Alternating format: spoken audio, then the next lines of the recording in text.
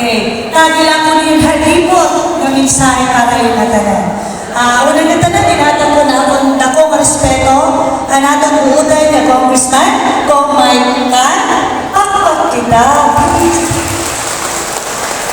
Anatang hinigugma ng gobyerno ng Samar, Gov. Sharian Tan,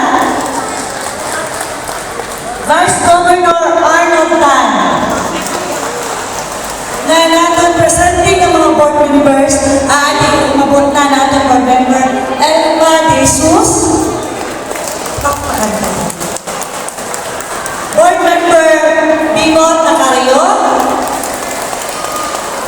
Analusalio Ginuguban board member, may dayagin lang ang importante, Bimot Bernijo.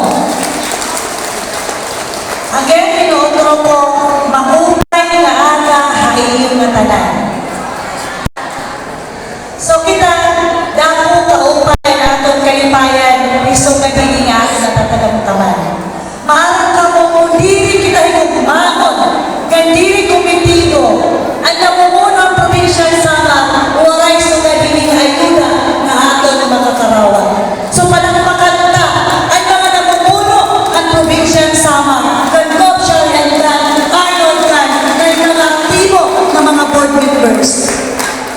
kaya kung diri ito hirawaray kong maaton ng mga katawan ng Samar, diri sugat hindi kaupay ng kadamo na programa na bulig para aton ng mga Samarnon.